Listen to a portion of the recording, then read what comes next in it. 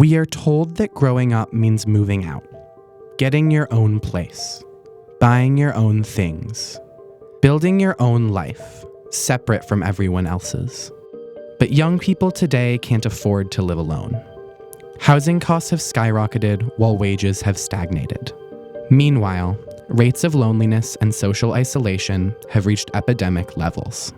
The American dream has become a nightmare of isolation. We're lonelier, broker, and more disconnected than ever, and we've become convinced that this is freedom. But across the country, people are responding to this crisis by returning to older models of shared living. Co-housing communities, cooperative houses, and shared living arrangements aren't just responses to high rent.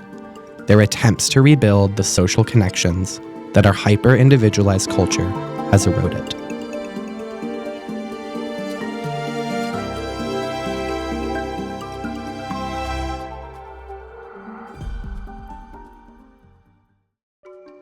The idea that we should live in nuclear family units, separate from extended communities, is a relatively recent development in human history. For most of our past, people lived in extended households, sharing resources and responsibilities. However, the birthplace of many of the ideas that co-housing today is rooted in was Sweden in the 1930s. During this time, new government shared homes called collective houses were created. They were built not just to save money, but to rethink domestic life entirely. With shared kitchens, childcare, and cleaning services, they aim to redistribute care work, especially the unpaid labor expected of women, and make everyday life more cooperative. By the 1970s, a new wave of feminist organizers in Sweden worked to turn collective houses from professionally managed services into resident-run homes, which created a blueprint for what co-housing looks like today. Like, hypothetically, one person on a cul-de-sac of 7 houses could have a lawnmower, and everybody could use the lawnmower. But capital wants you to each have to buy your own lawnmower, and also it has to break every 2 years so that you can buy a new one. Like that's the same thing with the housing market. They want individuals in individual spaces paying the maximum amount of money. Modern communal living takes many forms, but what unites them isn't just affordability. It's the recognition that interdependence, not independence, might be the key to both individual and collective well-being. We're always really glad to go on vacation and have a break. And we're always really glad to come home because we miss our community. Linden Co-housing, based in Madison, Wisconsin, is a textbook example of a modern co-housing community. It's a single building made up of 46 individually owned condos. While the units themselves are private, the rest of the building is shared, including common kitchens, lounges, guest rooms, and gardens. The space looks like a fairly traditional condo complex, except for the large amount of shared spaces designed so that people can work, eat, and have fun together. But even more than the architecture, it's the people that make co-living what it is. The building has no hired staff, and the residents handle all logistical and manual work themselves. There's an expectation that everybody participates in some way. And that could be being on a committee that meets once a month, or it could be, working in the garden or preparing meals or cleaning the hallways. Right. Now, there's an understanding that not everybody can. We have some older people with infirmities that really aren't able to participate. We understand that young parents who work full-time and have kids and pets don't have the amount of time available that some of the retirees do. But there still is a hope and an expectation that everybody gives to the community as well as benefits from its resources. But it's not all work. Community meals happen every other day.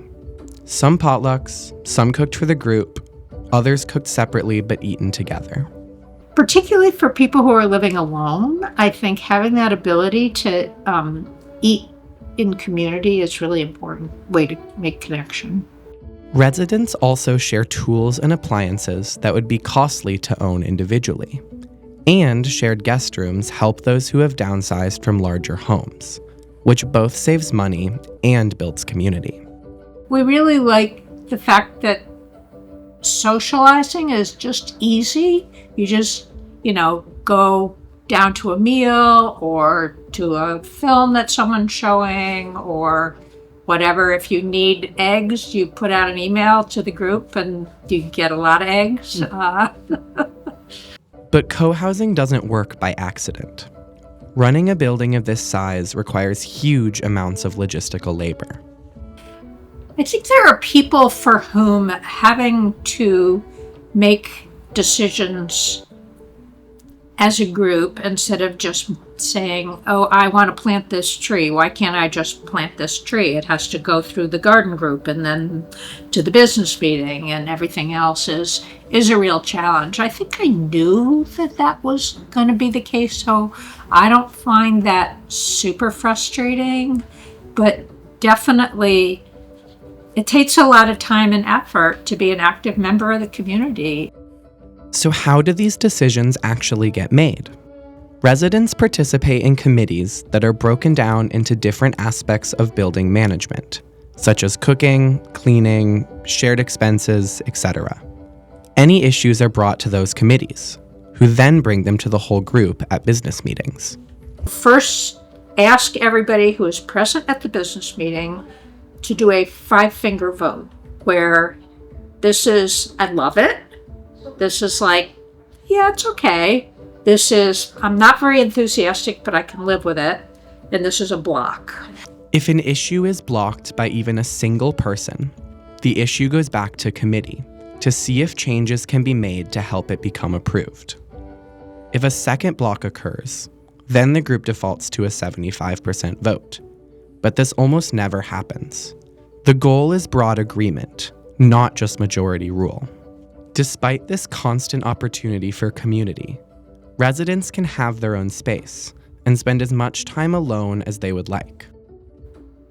I think some people think it's like we're a bunch of people running around naked, or it's like a commune or something, and don't understand that you have your own space and you choose how much you want to interact with the community.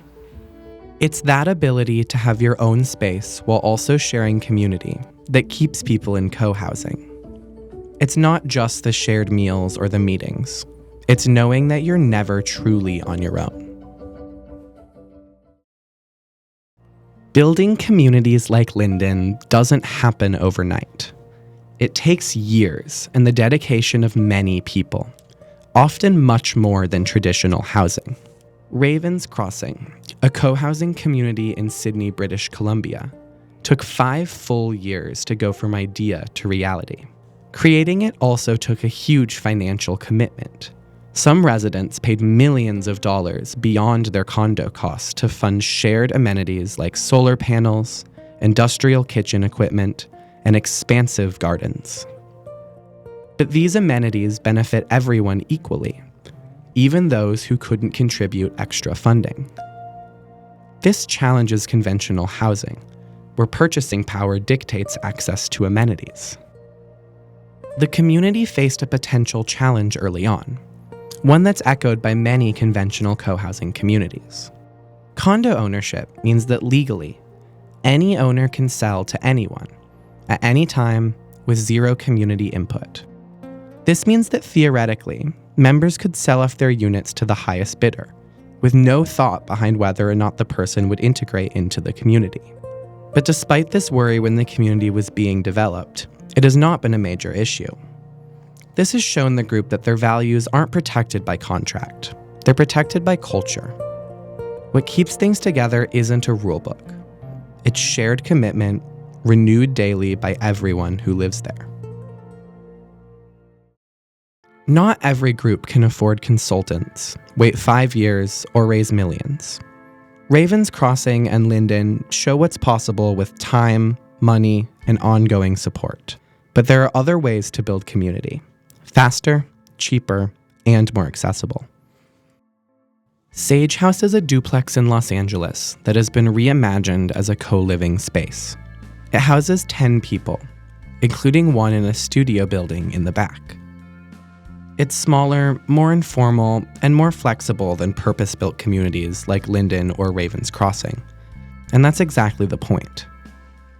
It offers an alternative for young people who can't afford to buy a condo or wait 5 years for a new development. At Sage House, you rent your room, but you still get the community that long-term models provide. The space that we're in was very much designed to be kind of co-op light. And really, like, anybody could walk in off the street and understand how the system works, and just like there's an anticipated turnover rate because of just the way that LA works, and people are, trying to hit it big or just passing through. Despite this rental model, it's formed a real community. Shared meals, a music studio, communal storage, and a small garden all reflect the values of larger scale co-housing on a much more accessible level. In my opinion, it makes living here so much better to have people here that are like locked in and passionate about maintaining the space because they're proud of it and because they're, like happy that this is their home.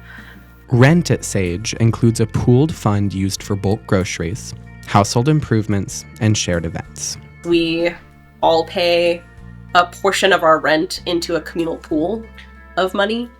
And there's a general account that we buy groceries out of. There's a special fund of like separate money where we can make big special purchases. Like if we wanted to get a chest freezer, or eventually we'll want to do like solar panels, or maybe like a compost situation in the back, like big ticket items that you wouldn't personally want to buy for a house that you don't own. But it's all money that comes out of our rent that we then have this like pool of shared resources. And we do a Costco order about once a week. So just, like bulk food is more cost effective to buy it in large quantities.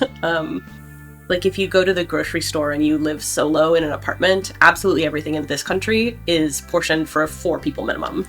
And you're throwing away so much food. I care so much about food waste. And I'm like, why is there so much flour? Why is there so much lettuce? I don't eat that frequently. So, to be able to buy like a big flat of Costco sparkling waters, or get the bulk quantities of like beans or rice or flour, just like grains. It's the logic of the way that you shop when you live in a collective way is really different. More than pooling money, residents describe an emotional investment in the space and in each other. That the people who seek out cooperative living communities are really intentional about the way they relate to other people, and are really intentional about governance and contributing to the home.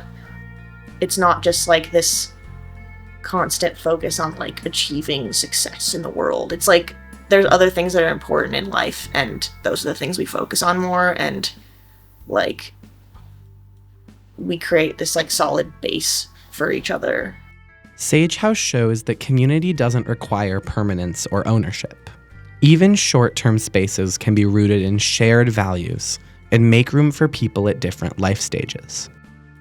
It proves that the feel of co-living isn't exclusive to custom-built condos.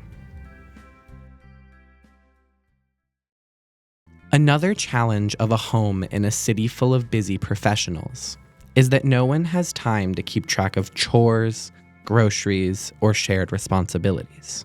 Sage House's founder, Daniel, believes that the best solution to this is to make that work light, fair, and automated enough that it doesn't rely on a single heroic person. And he developed a Slack app that does just that. The whole idea of chore wheel is that people do chores not on a schedule, but kind of whenever they want to. And the longer it's been since someone did a chore, the more points it's worth. You would, if you wanted to do one of these chores, you would click on it, hit next, and then basically kind of claim the chore. And then over here in kind of the main channel, you would see that it gets posted. Chore Wheel makes keeping track of communal chores simple and efficient, giving residents more space for other endeavors. You can also do a couple other things, like you can go out of town, you'll owe less points. You can gift points to somebody else if you, for example, split a chore or they just did something really nice. You can edit the list of chores. And the idea here is that anyone in the community can decide what the shared tasks are. It's not one person making the list necessarily for everybody, but the group can say, I think that we should be adding this or that task. So that's basically chores. The heart system is kind of a longer term reputation and accountability system. So you can see here, I have the most hearts because, again, I'm sort of modeling behavior for the community. Other people are more engaged, some people a little bit less so. Right, so here's Liz Berry, the executive director, and I'm going to give Liz karma, saying, I think Liz has really been going above and beyond, being such a great leader. I'm going to basically share that. And then here we see that, I gave Liz Berry karma. It's sort of a public recognition of someone's contribution. Hearts act like a public ledger of appreciation, small social signals that add up into credibility without making one person the policing authority. Yeah, that was really a big motivation, because something that I kind of see a lot is I feel like, there are a lot of people who are interested in community and talking about community and talking about how to build community. But it does seem like almost in every case, there's a real reliance on the sort of the instigator or the social center or a real charismatic leader to keep the community going. And while there's nothing wrong with that really at all, I think that, if you want to think longer term, I think that in the short term, having someone who's really motivated to kind of lead and build community is fine. But I think what has always interested me is what happens after the kind of initial rush wears off. And it's just like, this is our life now. And that motivation to kind of be heroic and sacrificing isn't there anymore. Maybe people start to burn out and then they leave. And then the community can't sustain itself because it depended on someone being so self-sacrificing. And so I think a big motivation for this project was, how can you help a community really sustain itself for the long term? Instead of being kind of a bright firework, be more like a slow burning candle, where a lot of that kind of heroic burden is taken away from, one person, and is kind of given off to this sort of system which can handle the work for you. Not everyone sees technology as a natural fit for co-living. For some, the idea of using an app to manage chores feels cold or even contradictory. Shouldn't community be built face-to-face, not through software? This is something that I've thought about a lot. I think that I have really two answers. One, I think that the way that people understand technology, I think can often be a little bit narrow. I think what I mean by that is, if I said we're going to have a weekly meeting and we're going to make decisions through democratic votes and we're going to have written proposals, no one would have batted an eye. They'd be like, yeah, obviously that's just what you do, right? But as soon as you add a computer into the mix, all of a sudden it's technology. And I don't think that that's really the reality. I think that voting is a technology, adding up numbers is a technology, writing on a piece of paper, like a whiteboard, is technology. Even scheduling a meeting, putting it on the calendar is technology. So I think, people who draw a line at electronics and say that's technology and everything that's not electronic is not technology, I don't think is really the reality. And so I kind of would encourage people to think more expansively about what technology is.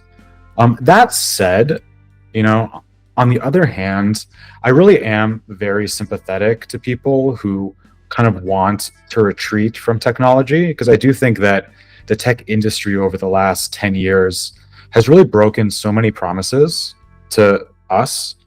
I totally get it. I really get it. And I can see why someone would want to retreat from a sort of class of thing which represents broken promises, invasions of privacy, exploitation. So I totally get why someone would be anti-tech, but at the same time, I think that often results in a very narrow thinking, which is ultimately is limiting. I think that if you're not fighting over taking out the trash and doing the dishes, you now have so much more space to connect over creative projects or to spend meaningful time together. So I would say that energy is not going to be lost if you're not channeling it into, what I might say unproductive purposes. It becomes freed up for higher and better and more fulfilling things. Chore wheel is a relatively modest piece of infrastructure, but tools can have a big impact when they redistribute unrecognized work and when they create time for real connection. Across the country, every model that we've seen so far demands at least some access to time, money, or lease stability. In San Diego County, the most expensive county in America, these are luxuries unavailable to many, leading homelessness and housing insecurity to reach crisis levels. This massive issue is what motivated Shared Housing Collaborative, led by the nonprofit Townspeople, to form. They wanted to prove that dignified, shared living can work even for the people with the least resources. Townspeople helps to house those experiencing homelessness or extreme poverty in apartments or even homes. Instead of assigning people to buildings specifically for low-income residents, participants are housed in typical apartment buildings and neighborhoods, alongside renters and homeowners. They also choose their housemates, specifically focusing on people who share lifestyles and passions, or sometimes those they already know and feel close to. Reintegration and community isn't a bonus. It's the backbone of rebuilding their lives. Townspeople staff facilitate roommate matching, handle lease logistics, and coach in communication and conflict resolution, stepping back only when residents can stand on their own. This model flips the script on conventional homelessness services. At Townspeople, community is part of the cure, not a reward for stability. Housing isn't just shelter. It's the first step towards community, dignity, and long-term stability, sharing many of the same core ideals as the other communal living arrangements that we have explored. It's easy to romanticize these spaces and to imagine communal living as some perfect antidote to everything broken in the world. But this project has taught me that shared living isn't utopia. It's just life, done a little bit differently. And once you see that difference, it's hard to unsee. You're just swimming in the water that you're swimming in. I didn't know that this was even possible. I just knew myself to be a kid that got really, really sad when my cousins had to leave and wanted to have sleepovers with my friends every single weekend. I just have like high social capacity and high social needs. But I don't think at any point ever was I like, there's something wrong with the way that we live our lives and we should do it differently. There's something quietly radical about questioning what we've been told is normal, about asking whether isolation is really freedom, whether owning more is really security, whether living alone is really living. When you start thinking about buying in bulk, and when you start thinking about how can I make this meal big enough to feed multiple people, and when you start thinking about sharing your resources, like a lawnmower or a blow dryer or like whatever it is, whatever object, that thing has use value. When you start thinking about use value and how you can make it last and spread it around, then you start like going to woodworking classes and being really interested in carpentry and being really interested in becoming an electrician. It's just like it becomes this sort of like, it's your whole brain orients around like how can we make things that are lasting and real. And that was just, I just think that's so radical. That is so radical in the face of planned obsolescence and fast fashion and everybody has to have their own lawnmower and food doesn't have any nutrients. Like this is the opposite of that. And it is the ancestral human condition to live communally with each other and share things with each other. Communal living doesn't fix capitalism. It doesn't erase conflict or make everyone best friends or pay your bills for you. But it does offer an alternative script, one where interdependence isn't weakness, but a strength. All of these communities are different, complex, messy, unfinished, time-consuming, and real. And that's what makes them matter. If nothing else, maybe it's worth trying. You should just try it. Live in a co-op, see for yourself. I think, what's the worst that can happen?